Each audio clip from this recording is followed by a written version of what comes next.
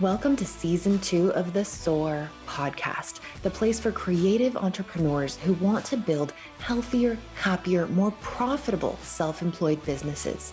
I'm your host, Ray Hyde Cornell, business mentor at Chiron Consulting and CEO and senior copywriter at Cornell Content Marketing. Get ready to soar.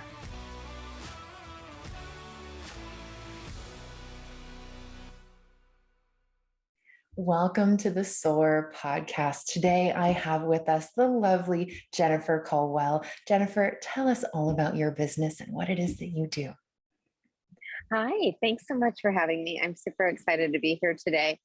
I started a company in October of 2021 called Entry Envy, and we do interior and exterior custom home entry signs with either modern house numbers, last names, or monograms, and each sign features a 4x8-inch planter's box to get our subscription holiday and seasonal faux decor, so you don't ever have to figure out what to put on your porch or your door for the next season.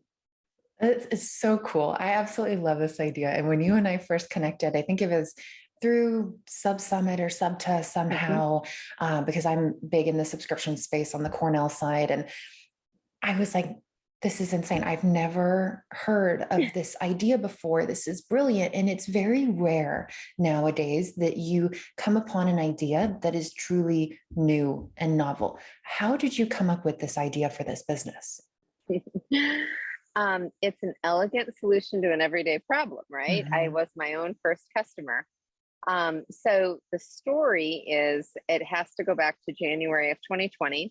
Mm-hmm. And I made the choice to leave my marriage of 15 years and moved into a fixer-upper. And I wasn't afraid of that because my dad was in construction, and I was never afraid of tackling different kinds of projects in the home. And my mom worked at a restaurant at night, so I would end up oftentimes at side jobs, and I would have a hammer in my hand or as a screwdriver or whatever, helping my dad. He was like, we didn't have video games and cell phones, so he'd say, "Is your homework done?" And I'd end up with that. So when I moved into this fixer-upper, I just knew that I was going to tackle it, and I was going to start working on the house. And I was about 80% of the way done. And the inside of the house looked brand new, but the outside of the house still looked 50 years old. I was out of time, energy, and money. And I was like, how do I add curb appeal without expending any of these resources? So I decided to paint the garage door, paint the front door, and then I went on a mission to find a modern house number sign. So I'm in the world of Etsy and Pinterest and Google, and I found one sign I really kind of liked that had the planter's box on it. And I kept coming back to it, but in my head, I had every objection to this being a bad idea because I live in Nebraska. What is going to grow outside for more than 3 or 4 months of the year? Who has time to water something twice a day? Now I'm going to have to, end up with water all over my porch. Like what? But anyway, I had everything out in my garage to make it. I had extra wood, had a nail gun, had a saw. So it wasn't going to cost me anything to just do an experiment. So I make this sign, and it's pretty cute. And then I go down to Michael's and I stand there in the flower department for an hour and try and figure out, it's about 2 weeks before Easter in 2021, trying to figure out what I'm going to put in there that's going to look cute. And I have to spend $37 because they don't just sell 3 tulips, they sell a bunch, they don't just sell a small amount of moss, they sell a whole bag. So I get done, I have all this extra stuff, could have made 10 more signs. That was the first light bulb that went off. And the sign was so cute. I sent it to my mom. She's like, well, that's pretty darn cute. And then I realized that Easter was going to be over in 2 weeks, and I was going to have to do the whole thing again. And I thought, and I thought watering this twice a day was going to be bad, And so it was honestly like, when they talk about, mind blown, that's the only way I can describe what happened over the next 48 hours in my head. I built this entire company in my head at that moment, that I realized that I was tired of wreaths. I've always liked to have my front porch decorated. And I knew I was going to do the work for myself. And then I thought, everyone has a front door, and some people need house numbers, but some people just need their last name. Some people want a monogram. Some people want a horizontal sign. Some people are going to want a vertical sign. And then what do I do about the people who have apartments or townhomes or assisted living? So I created a smaller indoor version. And so it was just truly this 48-hour brainstorm, super fun activity of just thinking, I have a business on my hands. I think that's something that a lot of entrepreneurs, people who are just naturally entrepreneurial minded, they may not even identify as entrepreneurs, but they just kind of always have these ideas percolating. They get these ideas and they're like, oh, my husband is doing this every time we watch a TV show. Like we'll watch a cooking show and he'll be like, oh, we should start a restaurant. And we'll watch this other show and he's like, oh, we should start a metal workshop or something. He just gets all these ideas all the time. And I think a lot of people have that experience where they just have all these ideas flowing through their head all the time. And that's a great quality to have. But you took it the next step. You went from this power brainstorm in 48 hours to, oh my God, now I actually have a business. You took it to that next level of taking action on that idea. What was that like for you? And what do you think it is that enabled you to take it to that step that most people never do? Hmm. It's a really interesting question. I've been asked a lot of questions, and that one I have not been yet, which is really interesting to reflect on this. Um, hmm, I would say that I've always wanted to run my own business, but I didn't know what it was going to be. I went back for my master's degree in 2013 because I thought I wanted to be a law firm consultant. My first 6 years out of college, I was the marketing director for a plastic surgery group. Then for my next 18 years, I have been the executive director for two different law firms. So my background was all in legal, and it made the most sense that I could become a law firm consultant. I was well known in the legal community, had a lot of credibility already. There were already a lot of law firm consulting companies, but there were also a lot of opportunities to be able to pursue some other ideas and take over somebody's practice. And so it just would have been the easy thing to do. Mhm. So I went back for my MBA, and I wrote a book. About 85% of the way through that book, I realized that I did not want to manage law firms. I didn't want to be a consultant. I didn't want to do any of that. And so, I think for my journey, learning what I don't want to do has been as important as what I do want to do. And maybe I still don't know sometimes what I want to do. I'm happy with where I'm at, but I don't think the story's been written. I don't think the journey is done. I think my best days are still to come. I just believe that. So, um, when I had kind of come to this epiphany in 2014 that I was done with my MBA, had a book written that I didn't want to publish, and a career path that I decided no longer was for me. I had a 1-year-old and a 3-year-old. I couldn't really start exploring too many other things just from a logistics standpoint. I did look at a lot of different business concepts. I looked at franchises, and nothing felt right. Nothing sat right. I wanted to, but the calling wasn't there. And so I really just sat with all of that for a long time. What was interesting, and being 100% honest, as I always am, is that I got to a point in my career a couple of years ago that I thought that I wasn't happy in my career. It actually wasn't my career, it was my marriage. And I think that we look for we look for a lot of different things, and sometimes when there's answers to issues, or it's easy to point fingers at people or problems, or whatever it is. But at the end of the day, we have to be happy with ourselves before we can make somebody else happy, and before we can be successful in who we are.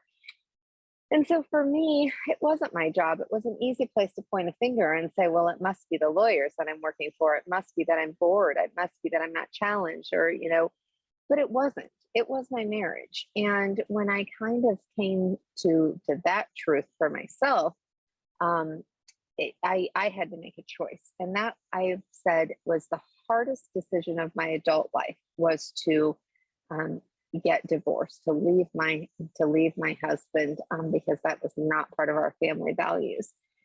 The scariest decision I've made in my adult life was to quit my job as a single mom with 2 kids. And I've done both of those. So to go back to your question of why did I take the action I did?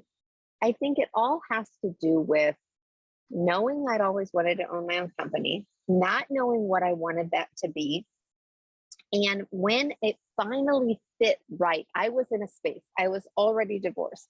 I had the freedom, the time, the money, no one to ask permission to do this. And I had this pull, like, this is fun. I could sell this. I could do this. I just decided to kind of follow the intuition. You know, we've got our head, our heart, and our gut. And which of the three are talking? And I think I got this. So my very first step was really to do market research because marketing is my background. I mean, I knew that, like, I can think this is the greatest idea on the planet, but if nobody's going to buy it, I don't have a viable product. And so that was the step two. And when I knew I had product viability, then I said, okay, we're going to keep going. Yeah, and it sounds like you really had this tug of war of the head, the heart, and the gut. And I want to go a level deeper into what you said because it wasn't just the decision to start Entry Envy. That was a huge decision. That was one of those entrepreneurial brainstorm moments where like, oh, this would be such a good idea. And then you took it that next step to actually take action. But you also did this, and I feel like a lot of our listeners can relate to this. You did this in other areas of your life, leaving your traditional employment job, not following the logical path of if you wanted to be your own boss. Well, you've got all this background in legal, and that runs very parallel to my story where I had all this background in the mental health world, psychology degrees, criminology degrees, mental health hospital, drug rehab facilities, work experience in all those places, and yet I went a completely different direction, and you did too. And then again with your marriage where you're saying, our family values were saying this, and I thought I was not happy in my professional career, but actually you discovered that it was your marriage that was the thing that needed to come to an end. How did you decipher between you have all of these logical options, you have all of these options that look good on paper, and then you have this gut instinct, which on paper and logically doesn't seem to make any sense, but that's the one that you chose, and it ended up being the right decision. How would you advise someone who is going through a similar sort of dilemma where they are in this constant tug of war between head, heart, and gut? Mm-hmm. Yeah, it's not easy. But I think part of it is the basics of get up, dress up, show up.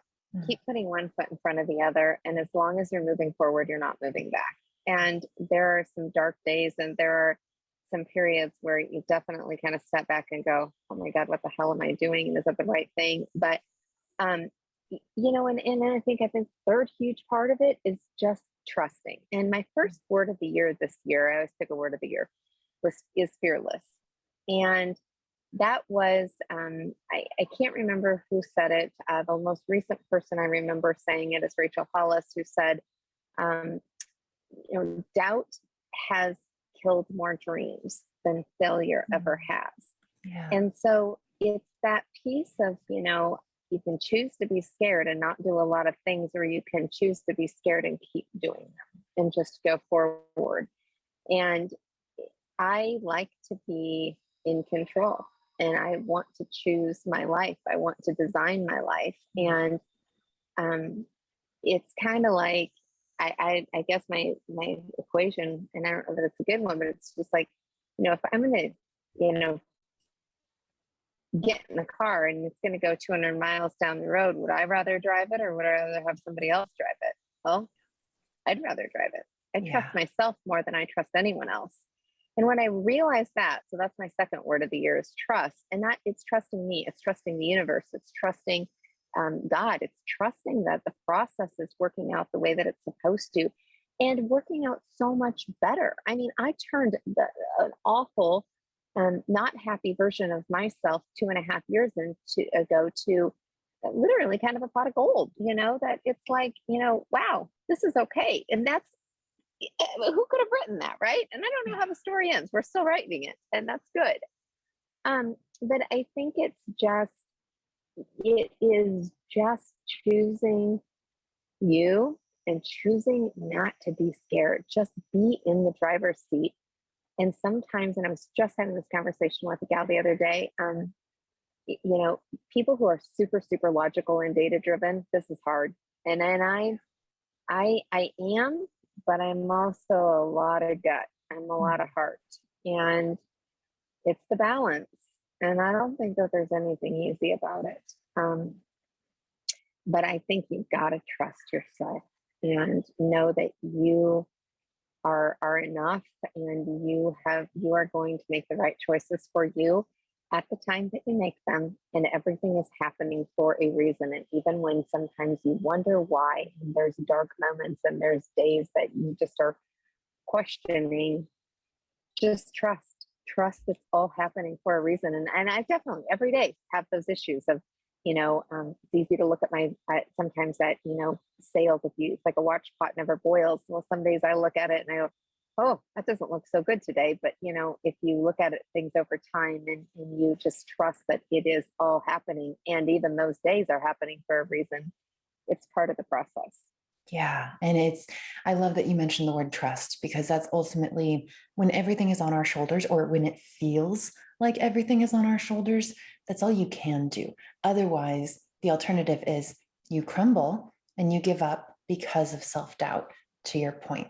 So on that note, we're going to take a super short break. And when we come back, I want to dive into your wealth of knowledge in the business arena. There's so many things I want to ask you about entry envy in particular. So we will be right back.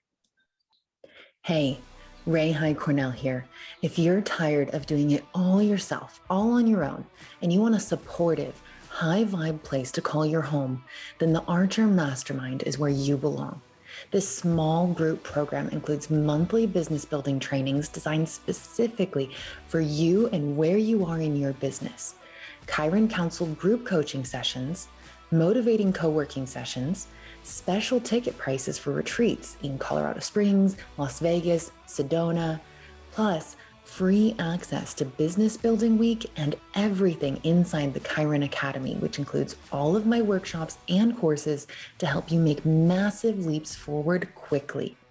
The Archer Mastermind is the ideal place for creative entrepreneurs who are ready to take their businesses seriously and remove roadblocks to success every single day.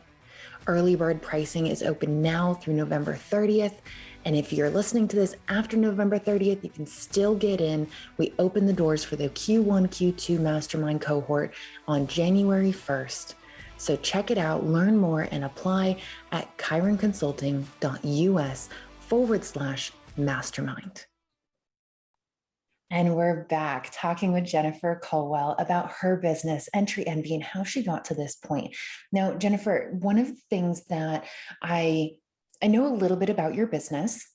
I have that lucky perspective. And so I want to ask you about one of the recent shifts that you made with Entry Envy. And I think this really ties in with what we were talking about before the break with regard to trusting your gut and knowing what's right for you.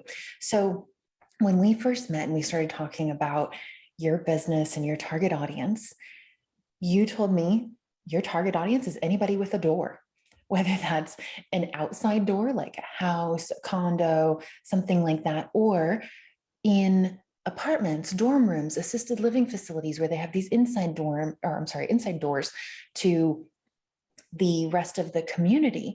And as a marketing person myself, and you know this as well, because you have a marketing background, that is the hardest thing to market, is when your target audience is literally everyone. And so, first of all, that didn't stop you from rolling with this idea that was going against the traditional marketing rules of niche down, niche down, niche down. And on top of that, you recently made a pivot where you decided to go from speaking directly to consumers, the individual door owners, to more of a B2B business model where you are talking to the assisted living facilities and these communities that have multiple doors in one location. Tell me about what that pivot was like for you and how you came to your decision to make such a big change within your business. Well, I think that, I've managed $10 million companies for 20 years. Starting a startup is completely different, which I recognized from the very beginning. And everything is created out of dirt from the ground up. And as you kind of identified, the plus and the minus of this company is there is nothing like it. There is no one that is doing anything like this. It's a complicated subscription product because it has a base product in which the subscription has to be delivered. The closest comparison would maybe be something like Peloton, where you have to buy the equipment and then you have a monthly subscription. But that's software. This is different. Yeah. Or the Keurig, you buy the Keurig and your pods are kind of the subscription. So it's sort of similar, but it's not.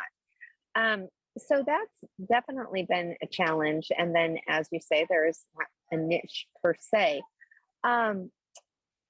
You throw a lot of spaghetti on the wall and you see what sticks, and you double down on what does and you take off what doesn't in the simplest form. And I didn't know in the beginning whether I was selling a product or whether I was selling a subscription. I know now I am. It is not, if we sell signs without the subscription, but I've known from the very beginning, my business model is not sustainable as a sign company. That's not really what we deliver. So I have found that, if I'm on the direct to consumer side, people that are really interested in our product are people who already understand and value a subscription of some sort. They get convenience, they get the need, they like to get a present in the mail. And so we're not setting that side away by any means, but what our customers started telling us in that world was 30 to 40% of them were buying repeat signs, and they were buying them for a second home. They were buying them for their mother or father in assisted living. They were buying them for wedding gifts, for anniversary gifts, for birthday gifts. They were loving them as gifts. And the assisted living piece was really interesting because we were growing at an interesting pace in that space.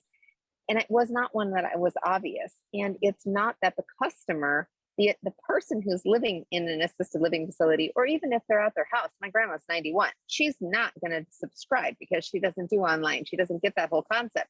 Right. But what a great gift for us to give her. And she knows she's thought of and loved every month, and she can't get out and shop, and go find all of the decorations the way that she used to. And this is something that brings her joy every month, and it brings a smile.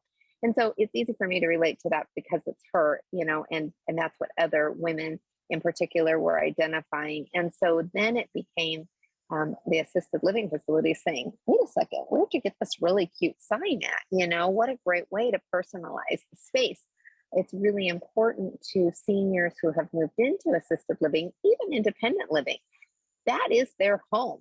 And it's not, they don't want to make it feel like a room, but we need it to be memorable. We need their name on it. We need it to look, if they decorated their front door when they were 40 at their house, they probably still want to decorate their door, even if they're, 80 or 90 or 100. So that was an area that seemed to be obvious. And when you get into the marketing world, if you can sell in bunches, you're always going to be better off. If you can do it at a commercial business to business level. Early on, kind of business 101 is pick your fastest way to cash to get a company off the ground, because the number one reason startups fail is due to lack of funding and cash flow. So how do you create that cash flow quickly in order to be able to do more of what you maybe want to do down the road? The other piece that became very obvious from our customers were that any of them who were real estate agents said, wow, this is a great closing gift. And, it's memorable. It's permanently on their house. They can use it as a pot buy because they can do the refill kits. It's personal. It's needed. There's a lot of houses that, need to have identification. Even if they have their house numbers, how many times do you go to somebody's new house and you're not sure if you're at the right door? Your UPS guy hasn't been trained yet on which is your house. If you can look and see, I see a C. Okay, that must be the place I'm at or whatever. So it just became evident that if I could spend time working directly with assisted living, independent, senior living facility groups, and brokerages on the real estate agent side of it, and groups and teams to be able to get to those people, that was going to be a good business decision, not to the exclusion of the direct to consumer side by any means, but that's where I would say we went with that. And so, what's fascinating to me about your way, you are an incredibly successful businesswoman and you have some vast experience in corporations as well as in running your own business. And I like to kind of dissect that and go, man, what makes her so successful? What knowledge, what insight does she have that we can pass on to people who are starting up? Mm-hmm. And the fascinating thing to me is that you aren't all in one camp or the other. You aren't all trust your gut, go with your gut, always follow your gut, like screw the world, don't listen to anybody else, just follow what your instinct is telling you. There's some of that, but then there's also what I'm hearing you say, we listen to our customers. The customers were saying this, the market trends were saying this, the sales patterns were showing this. And so you looked at the data, you looked at the actual tangible physical evidence of what would be successful in your business. How do you, as a very intuitive woman and also a very business savvy woman, how do you marry the two? And how do you know when one begins and the other ends? Mm-hmm. You asked some great questions. I guess the easiest answer would be, I think that's what makes a really good entrepreneur is that you have to have a combination of both. And I don't know that it's teachable. My number 3 Gallup strengths, I never top 5 Gallup strengths, and I love Gallup. I'm an Enneagram 7 with a strong 1 behind. I'm a high I with a lot of D and S in the disc world. My top 5 Gallup strengths are strategic, maximizer, arranger, woo, and achiever. And I always throw my 6th one in, which is input, because I lead with that a lot as well. So that strategic, maximizer, arranger, man, they drive every minute of every day, whether I want them to or not. Like, just that's the way I think. So where are we going? Where are we trying to go? That's number 1. How do we get there in the most efficient, effective, highest ROI way possible is number 2. And then that arranger piece is what are all of the resources, people, profit, environment, I mean, everything that it's going to take to be able to do that in the most efficient, highest ROI way to get to where we're trying to go. And so I think that I just naturally think through all of those pieces. Now, every strength is a weakness and every weakness is a strength. And one of the things that sometimes can feel very slow to people is I stop and back up a lot. When that I say, wherever people say, just do it. I'm like, no, because nothing is done in isolation. Every single time you do one thing, it is absolutely going to affect 10 other things. And so what are the impacts of that? So they could be good, they could be bad, but I stop and back up a lot and say, hold on, let's think through, how does this whole thing make a difference? So when we talk about the gut and we talk about the data and the heart and all of those pieces, a lot of times that is that hold on, stop, back up a minute and say, okay, this is what my gut says, but what else do I need to be looking at? What do I not know? What am I missing? And that's where my number 6 comes in, which is input. I ask the customers, I ask my coaches, I ask people around me on my team.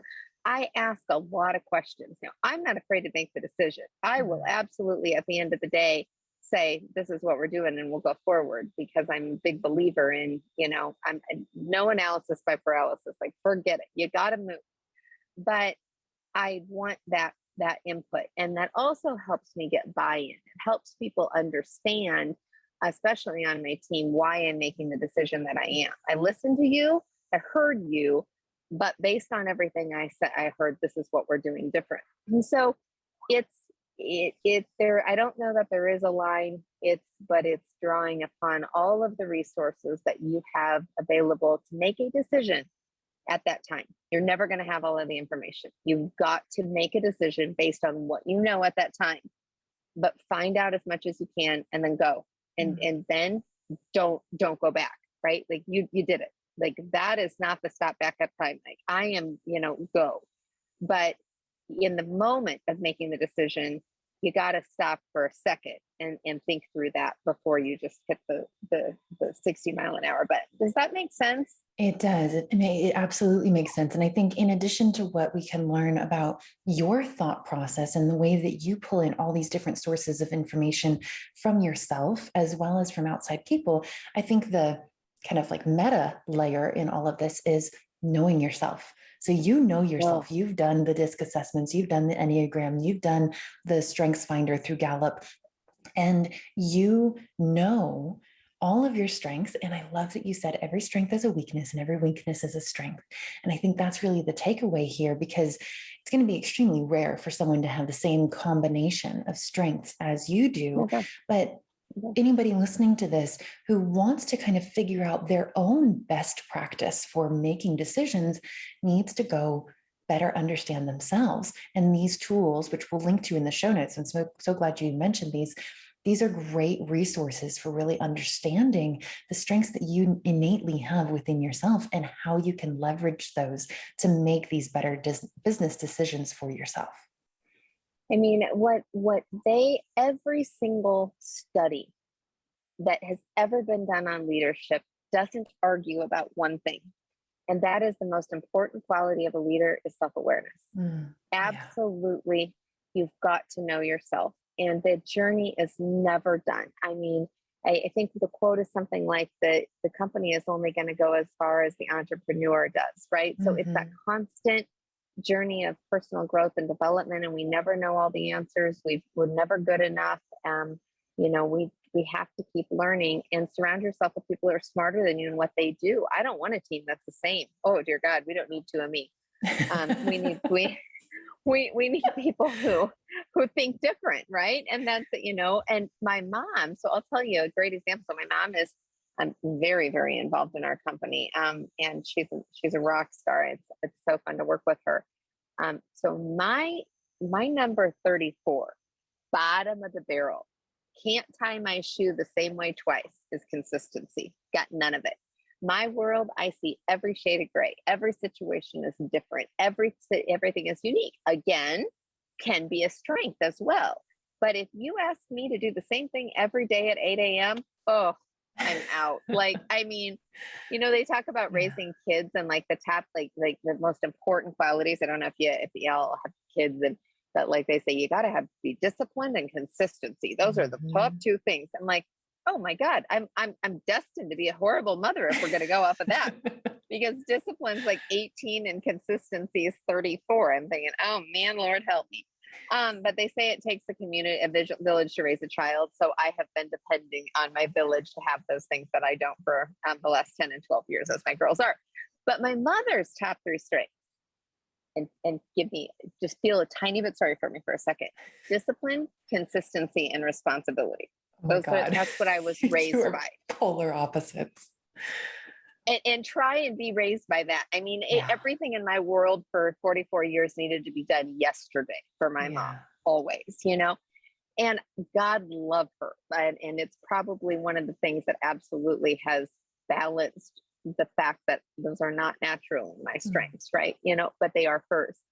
So it's being aware of yourself and being aware of your team and the people that are on your team with you, and how do you work together? Because great teams are by design. I keep saying I'm going to write a book, and it's going to be called someday, maybe by the end of next year, we'll see. But it's Lonely at the Top, starting at age 6.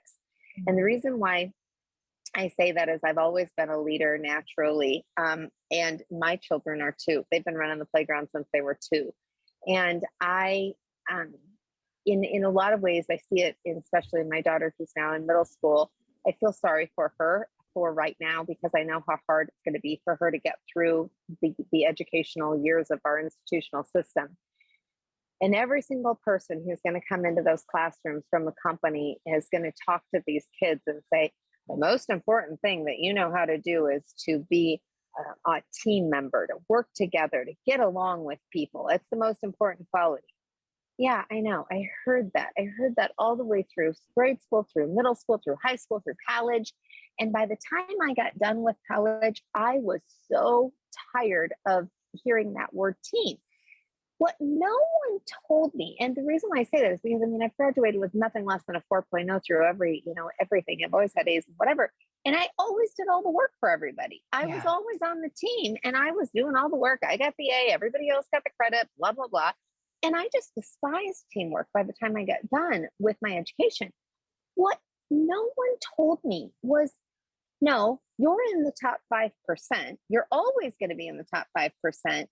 And when you are in charge of the team and you get to design an amazing team and you get to fire somebody who's not pulling their weight, Yeah. oh, that's where the magic's at. Yeah. Wow. I mean, that was where the light bulb went off. And so, man, I build great teams. Great teams are 100% by design. And all somebody needed to tell me was when I was 6 was someday, don't worry, you'll get to be in charge of that team and it'll be different. But nobody ever did, right? Yeah. Yeah. So it is a small group that might ever read that book, but that's that message. So, And on that wonderfully inspiring note, where can people check you out to learn more about what you've built all on your own? Oh, well, yeah, but I don't think it's all on my own. I really embraced from the very beginning that this is a teamwork effort. I hired an entire international group of people, my Bangladesh and Pakistan developers. I have a virtual assistant in the Philippines. I've got a social media group in South Africa. I've got an Etsy consultant in Australia. That was how I built the business overnight, literally 8 p.m. to 3 a.m. for 5 months. And then once I launched the company in October of 2021, I brought on more of the US physical labor in Omaha, and I have a production assistant. I have my mother very involved. I have 3 high school girls who help paint. I have a fractional CFO. So, number one piece of advice to anybody who's thinking about starting their own business is don't do it by yourself, period. Yeah. Do not do it by yourself. You've got to invest in your company and it should not be lonely. So surround yourself with all of those people who will be able to help you grow and do it so much better. To learn more about Entry Envy and a little bit of the journey that I've been on, and I think where I'm going, our website is simply entryenvy.com. And you can follow us on social at entry_envy. So I would love to share that, and always happy. We are a very transparent company. My email address is readily out there on LinkedIn. It's available on our website. We are easy to get a hold of. So if anybody wants to connect with me, don't hesitate to reach out. Always happy to do that. Thank you so much, Jennifer. Thank you so much for being here and for all of this eye-opening advice. Thank you so much for having me.